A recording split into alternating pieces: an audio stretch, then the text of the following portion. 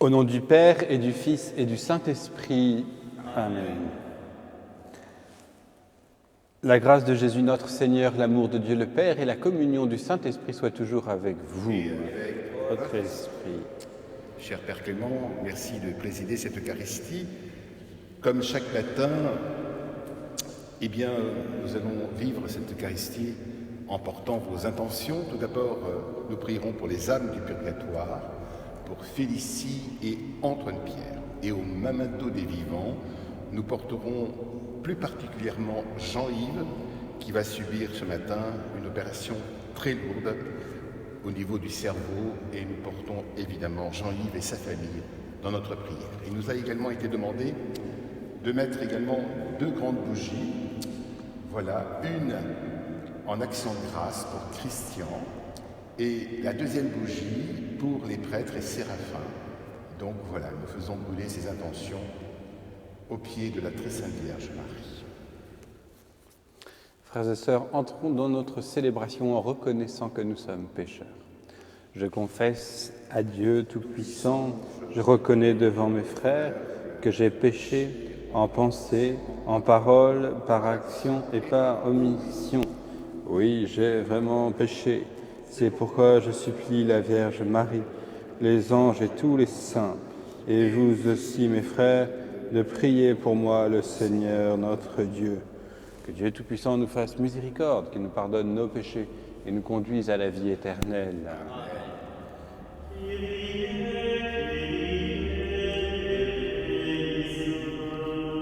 Kyrie, Kyrie, eleison.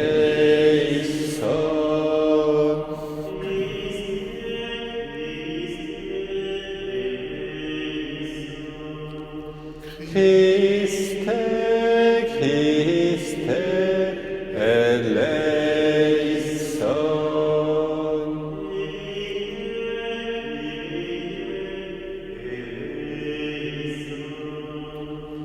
Kyrie, Kyrie, eleison. Prions. Chaque année, Seigneur, tu nous fais revivre le mystère pascal, où l'homme, rétabli dans sa dignité, trouve l'espérance de la résurrection.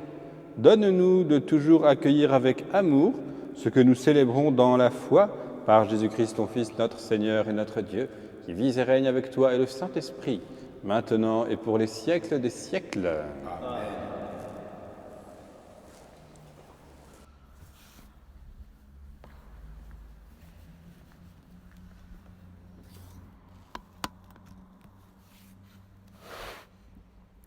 Lecture du livre des Actes des Apôtres. En ce jour-là, intervint le grand prêtre ainsi que tout son entourage, c'est-à-dire le groupe des Sadducéens, qui étaient remplis d'une ardeur jalouse pour la loi. Ils mirent la main sur les apôtres et les placèrent publiquement sous bonne garde. Mais pendant la nuit, l'ange du Seigneur ouvrit les portes de la prison et les fit sortir. Il leur dit : « Partez, tenez-vous dans le temple, et là, dites au peuple toutes ces paroles de vie. » Ils l'écoutèrent. Dès l'aurore, ils entrèrent dans le temple, et là, il enseignait. Alors, arriva le grand prêtre ainsi que son entourage. Ils convoquèrent le Conseil suprême, toute l'assemblée des anciens d'Israël, et ils envoyèrent chercher les apôtres dans leur cachot. En arrivant, les gardes ne les trouvèrent pas à la prison. Ils revinrent donc annoncer : « Nous avons trouvé le cachot parfaitement verrouillé et les gardes en faction devant les portes. Mais quand nous avons ouvert, nous n'avons trouvé personne à l'intérieur. » Ayant entendu ce rapport, le commandant du temple et les grands prêtres, tout perplexes, se demandaient ce qu'il adviendrait de cette affaire. Là-dessus, quelqu'un vient leur annoncer : les hommes que vous avez mis en prison, voilà qu'ils se tiennent dans le temple et enseignent le peuple. » Alors, le commandant partit avec son escorte pour les ramener, mais sans violence, parce qu'ils avaient peur d'être lapidés par le peuple. Parole du Seigneur.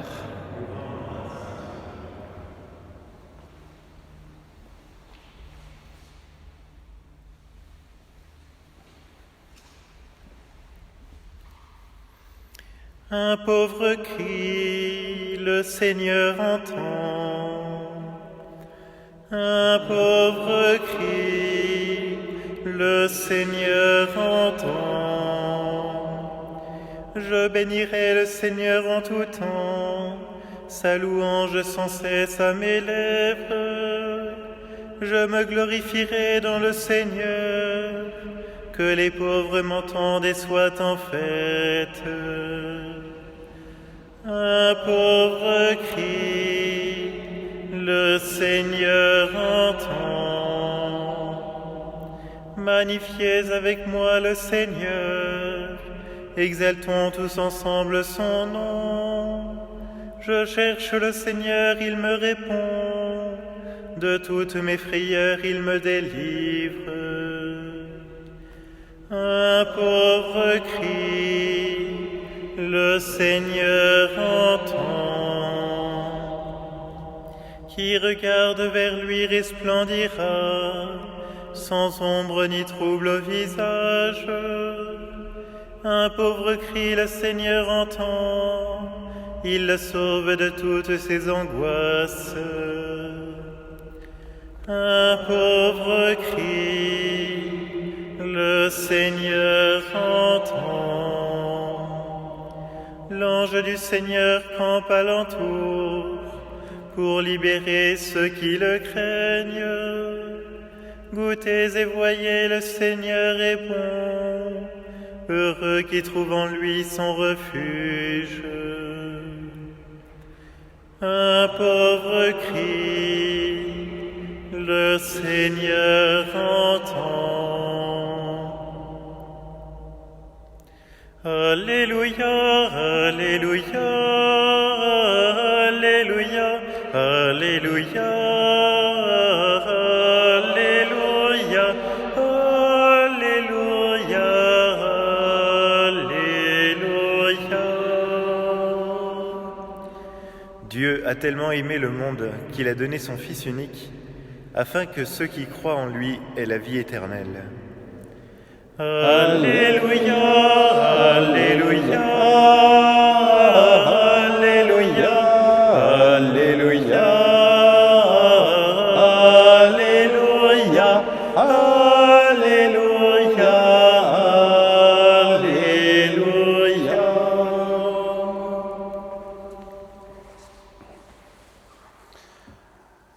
Le Seigneur soit avec vous.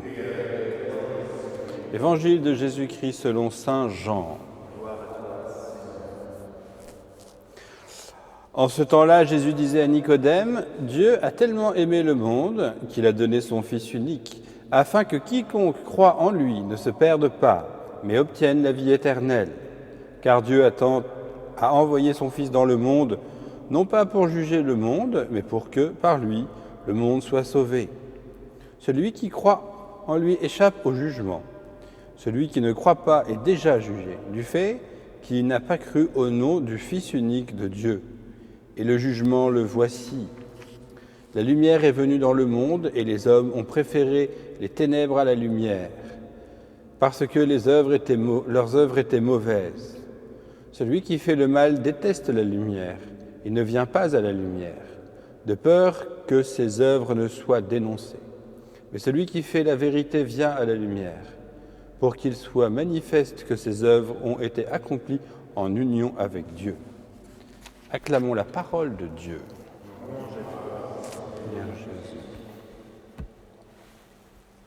Jésus nous dit ailleurs dans l'Évangile qu'il n'est pas venu pour les justes, mais les pécheurs. Et ça, c'est évidemment au cœur de l'Évangile. Personne n'est parfait. Personne accomplit même la loi parfaitement. La Bible nous dit que même le juste chute 7 fois par jour. Alors nous sommes tous pécheurs.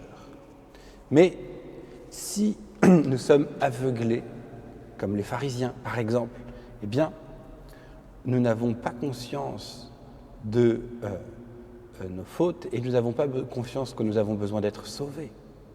Donc Jésus ne vient pas pour les justes, parce que ce qu'il attend, c'est un cœur de pauvre qui attend son sauveur. Tous nous sommes blessés par le péché. Pourquoi est-ce que Dieu permet que nous ayons été frappés par le péché et que nous-mêmes tombions de notre volonté propre aussi? Eh bien, c'est pour garder en nous l'humilité. C'est pour que on sache être, comme on dit dans le Je vous salue Marie, de pauvres pécheurs. L'intérêt d'être un pauvre pécheur, c'est qu'on a un cœur de pauvre. Alors si on a un cœur de pauvre, on va pouvoir se tendre vers le Seigneur et attendre quelque chose de lui.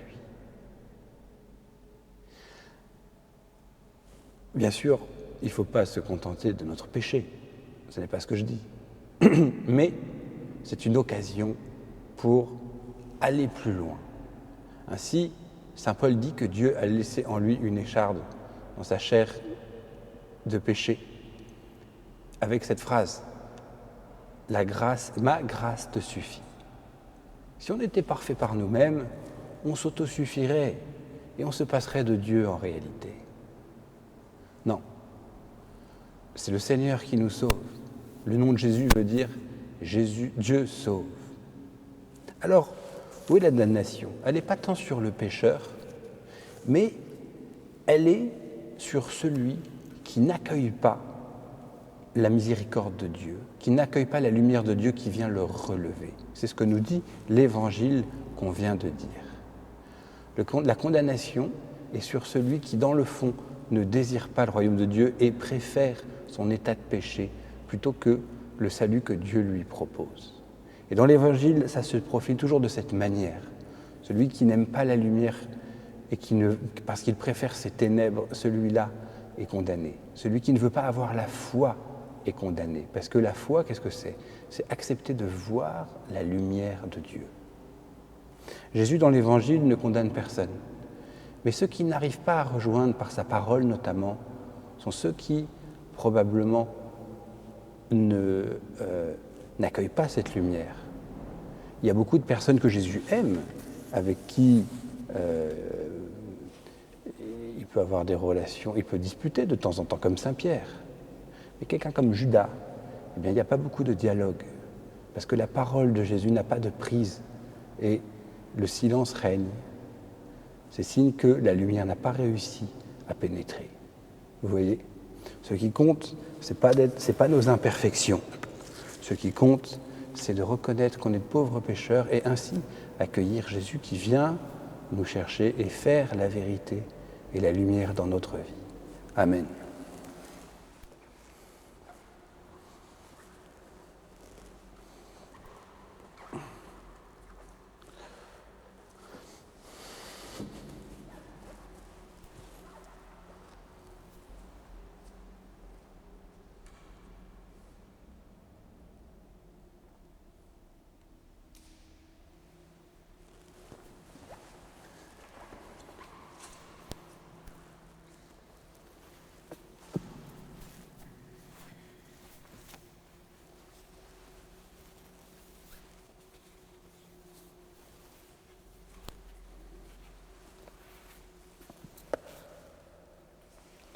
Tu es béni, Dieu de l'univers, toi qui nous donnes ce pain, fruit de la terre et du travail des hommes, nous te le présentons.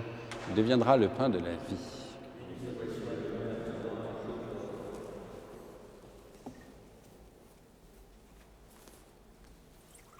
Comme c'est au sommet au vin pour le sacrement de l'alliance, puissions-nous être unis à la divinité de celui qui a pris notre humanité.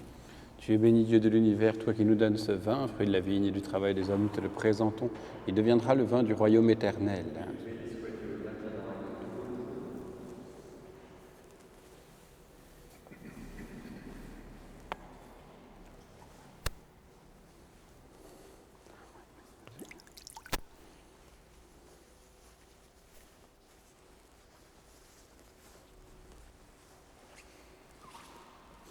Prions ensemble au moment d'offrir le sacrifice de toute l'Église. Seigneur notre Dieu, dans l'admirable échange du sacrifice eucharistique, tu nous fais participer à ta propre nature divine. Puisque nous avons la connaissance de ta vérité, accorde-nous de lui être fidèles par toute notre vie, par Jésus le Christ, notre Seigneur.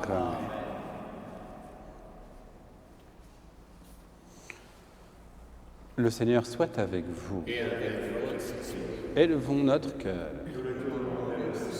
Rendons grâce au Seigneur notre Dieu. Vraiment, il est juste et bon de te glorifier, Seigneur, en tout temps, mais plus encore en ces jours où le Christ, notre Pâque, a été immolé. Grâce à lui se lèvent des enfants de lumière pour une vie éternelle, et les portes du royaume des cieux s'ouvrent pour accueillir les croyants. Oui, nous te rendons gloire, car sa mort nous affranchit de la mort, et dans le mystère de sa résurrection, chacun de nous est déjà ressuscité. C'est pourquoi le peuple des baptisés, rayonnant de la joie pascale, exulte par toute la terre, tandis que les anges dans le ciel chantent sans fin l'hymne de ta gloire.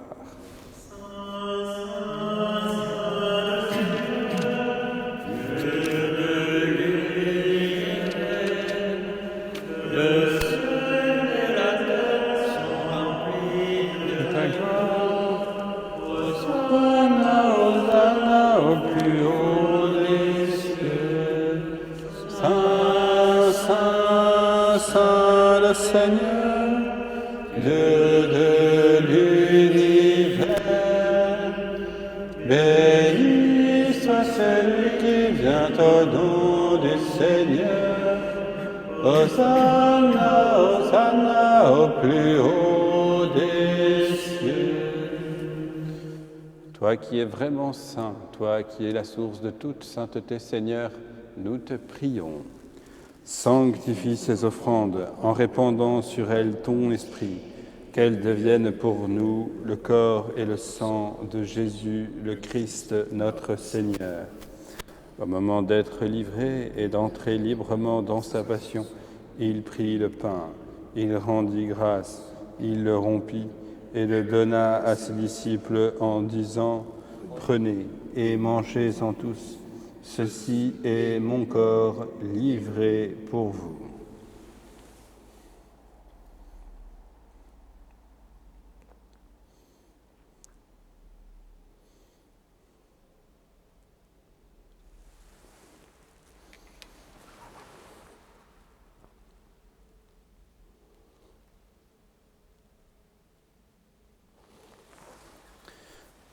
De même, à la fin du repas, il prit la coupe. De nouveau, il rendit grâce et la donna à ses disciples en disant « Prenez et buvez-en tous, car ceci est la coupe de mon sang, le sang de l'alliance nouvelle et éternelle, qui sera versé pour vous et pour la multitude en rémission des péchés. Vous ferez cela en mémoire de moi. »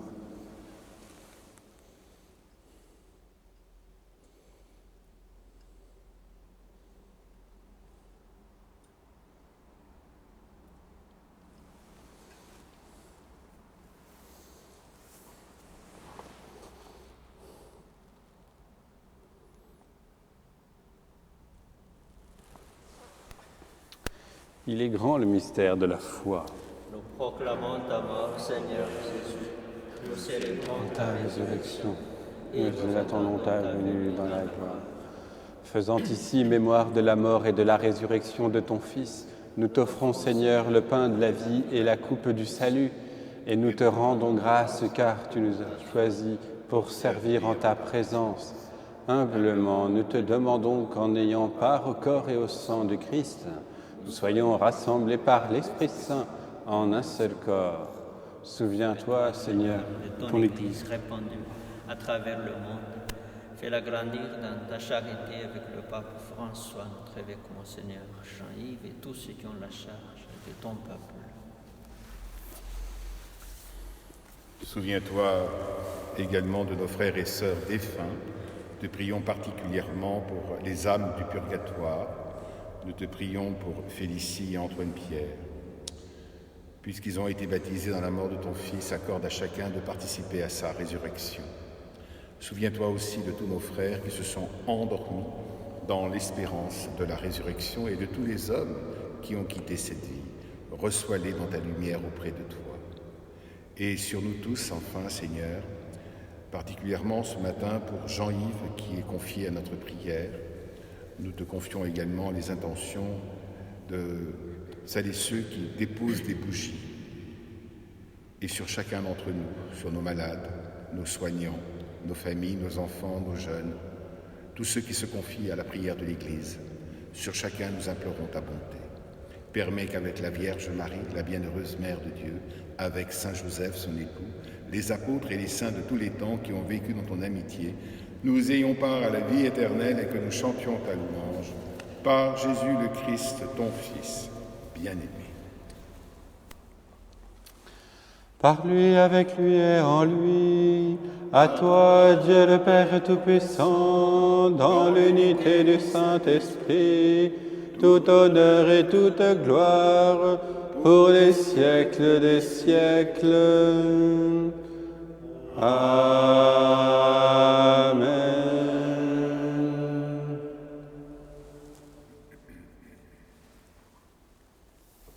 Comme nous l'avons appris du Sauveur et selon son commandement, nous osons dire « Notre Père qui es aux cieux, que ton nom soit sanctifié, que ton règne vienne, que ta volonté soit faite sur la terre comme au ciel. Donne-nous aujourd'hui notre pain de ce jour. Pardonne-nous nos offenses, comme nous pardonnons aussi à ceux qui nous ont offensés.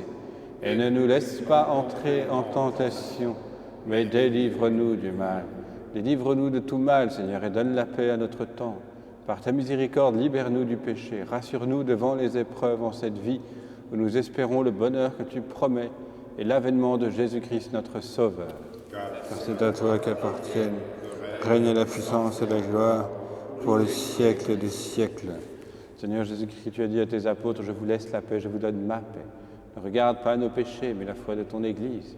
Pour que ta volonté s'accomplisse, donne-lui toujours cette paix et conduis-la vers l'unité parfaite, toi qui règnes pour les siècles des siècles. Amen. Que la paix du Seigneur soit toujours avec vous. Et avec votre esprit.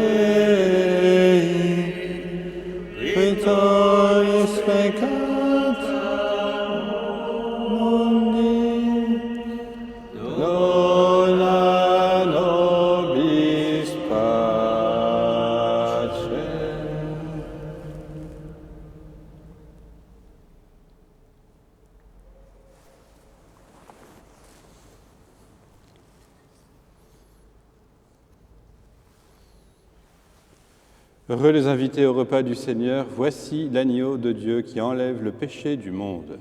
Seigneur, je ne suis pas digne de recevoir, mais dis seulement une parole, et je serai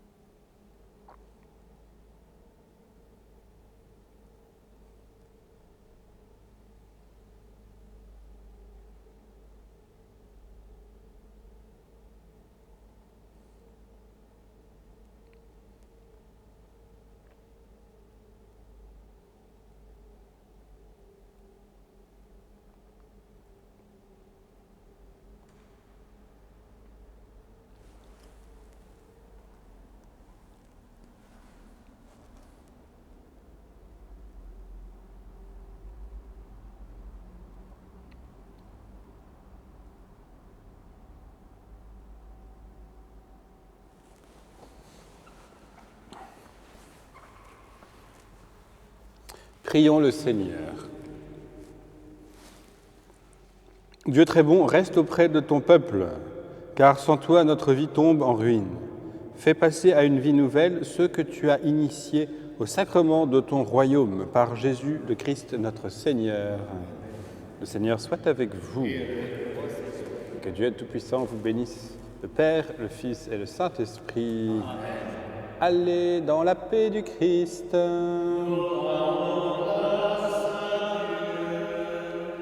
Bonne journée à tous et on se tourne vers la Vierge Marie pour prier Marie. Je vous salue Marie, comblée de grâce.